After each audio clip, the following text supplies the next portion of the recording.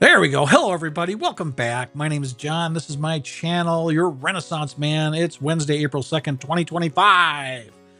The hot topic for a while now with President Trump has been tariffs. Tariff. But before I get into all that, I want to thank our subscribers. You guys are awesome. Thank you very much. If you haven't subscribed yet and you're willing to do so, it would be greatly appreciated.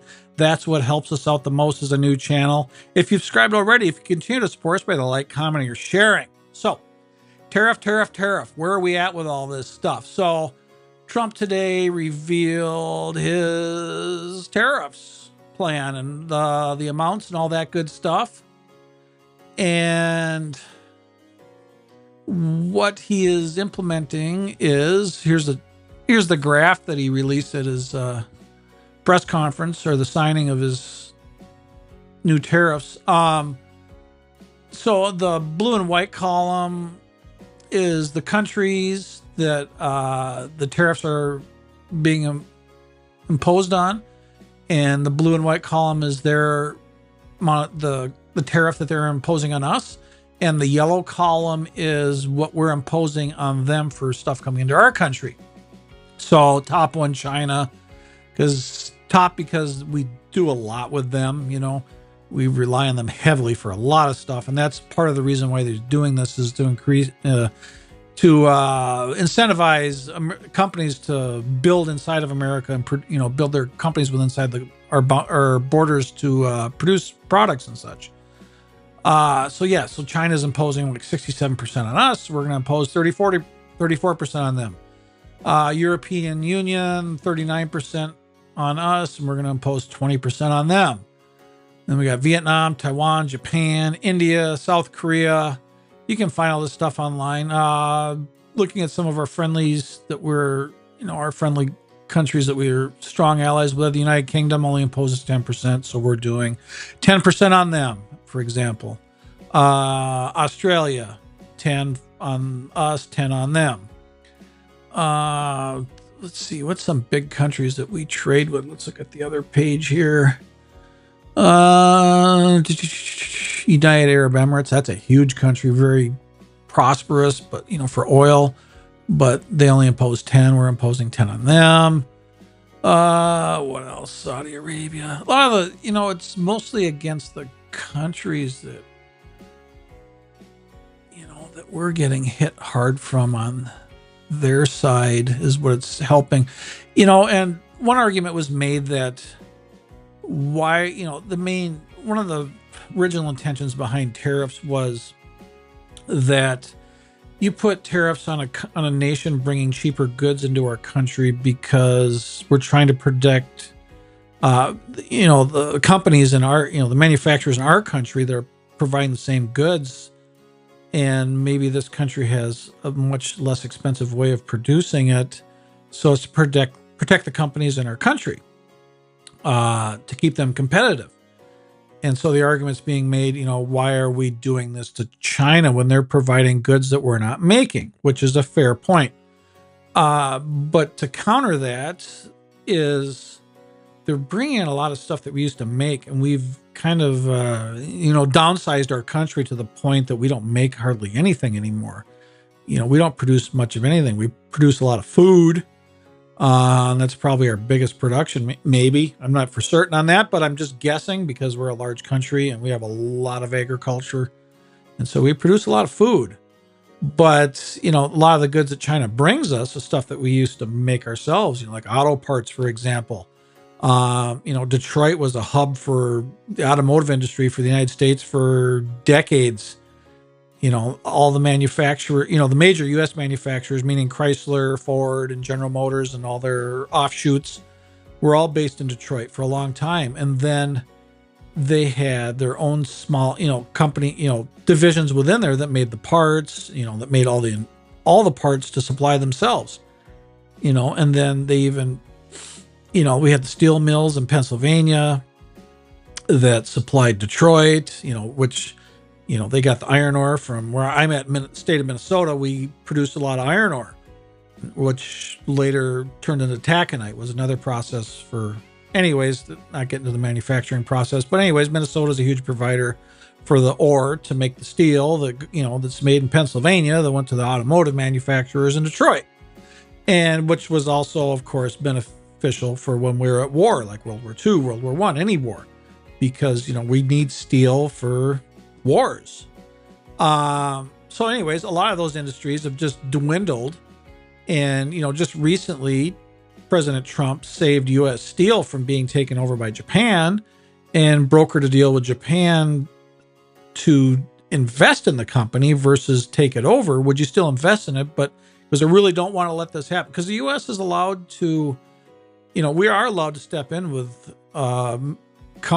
businesses within the United States if it's important to the country to say, no, we're not going to approve a deal where a foreign nation owns this industry, meaning we're not really in favor of Japan, for like this example, buying U.S. steel.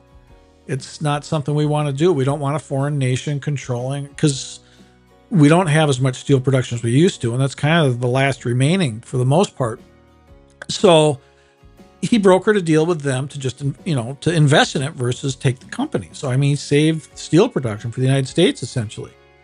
And why is that critical? Why do we worry about that stuff? Well, in the global arena, we've become, a protector for the world, a world peacekeeper at times. Of course, it's questionable at times whether we're providing any good or we're just, getting our fingers involved for somebody else's benefit, but not to dig into the politics side of it. But, we've become a world peacekeeper let's just keep it in simple terms. So if we're not able to supply ourselves and we have to go to foreign nations now for what we need to maintain, let's say, our military.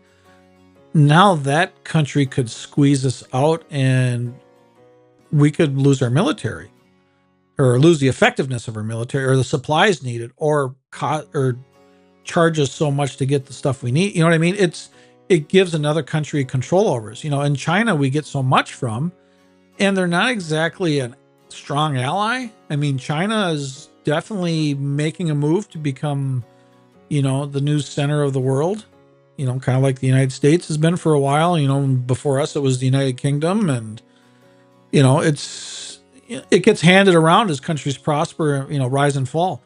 And so what I see President Trump and his administration trying to do, he's trying to save us from China becoming the next, global power and basically having control over the world with its military and production of everything that the world needs.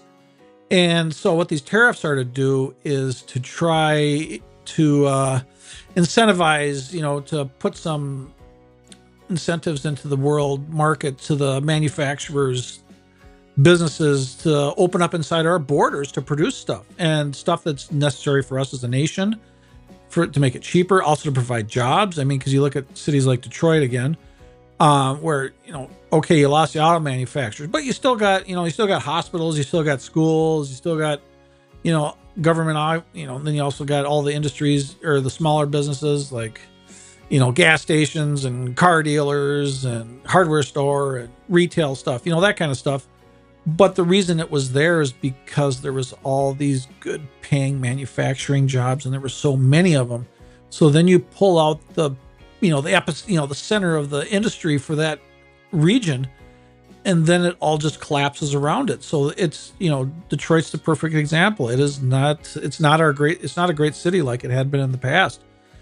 And, we let a lot of the auto manufacturers, U.S. manufacturers, go across the border, go to Canada, Mexico, and, and they blame the union labor. That was the common excuse, was union labor is priced us to the point that we can't sell cars competitively. We're losing out to, because this was in the, in the 80s when Japanese cars were starting to make a huge impact on the U.S. market. So that would have been a time, if you really wanted to protect U.S. jobs at that time, in the in the industries in the U.S., you would have started tariffing Japanese cars as they were coming in, because granted, maybe they have a good product, but if you're worried about if you're worried about the future of your nation, you really need to protect the industries within it. So, right. And there's a give and take to that. It's not a blanket black and white, one versus the other, of course. But I feel like there could have been a lot more done to save cities like Detroit, for example, like using Detroit as the example. So that's what Trump is trying to do. He's trying to get manufacturing to return to the United States, and he's doing that. We've already seen multiple deals he's secured with some AI companies, some computer chip businesses, auto manufacturers are committing to new plants that they're going to build, which is great for the middle class because that's going to provide a lot of jobs to the middle class. Good paying jobs, which we've lost in this country. A lot of it's you talk about the schooling problem in this country where students are coming out of college with degrees for jobs that don't exist. I mean, granted, they should have researched a little better, but on the other side, it used to be you went to college, got a degree to get a job because there was that many jobs in this country, and it's not that way anymore. The younger generations don't know what that's like, of course. But people in my generation see that. It was, I graduated high school in the 90s, and that was a time where still you just go to college, get a degree, you'll get a job. Doesn't matter. Just pick a field of interest and you'll get a job. And that's, of course, it's not that way now. But anyways, so we're trying to get businesses to return to the United States. So we're not a country of consumers, just providing menial service jobs.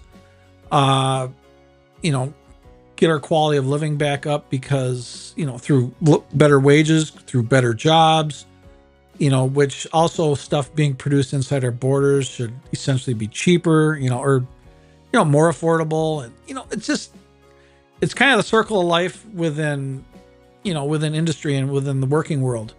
It's, if you take away the food, people die, the population goes down. It deteriorates. It goes away. You cut the head off, the body dies. And Trump's trying to get it back, Will the tariffs do it? I think it will in the long run. It's got to be implemented for a while. And, people have to see the benefit of opening up here and seeing that it's real, these large corporations and say, yeah, makes sense now. We're going to do that. We're going to open up inside the United States and we're going to avoid these tariffs. Because that's essentially what the tariffs are for, is if you're produced inside the United States, there won't be any tariffs to sell your products inside the United States. So, yeah, it's going to be a long haul. I don't know how long before we see results, feel the effect of it. It'll definitely won't be a 6-month deal or a 1-year deal. It's going to be a couple of years, but, and it may be it might be after his term. That'll be the real test, is if this starts taking off, will we get somebody in office after Trump that'll maintain it and keep it on the path, or will another party come in and just unravel the whole mess and send us back to where we were going? That's the scary part in my mind. But yeah, it's going to be good in the long run. I really believe that. You can call me wrong if you want, whatever. It's my opinion. So I guess that's about all we're going to do on this right now. But, thank you very much for watching. If you enjoyed it, please subscribe. That's what helps out the most. If you subscribed already, if you continue to support us, by the like, comment, or sharing. So, thank you for watching. God bless. Have a good one.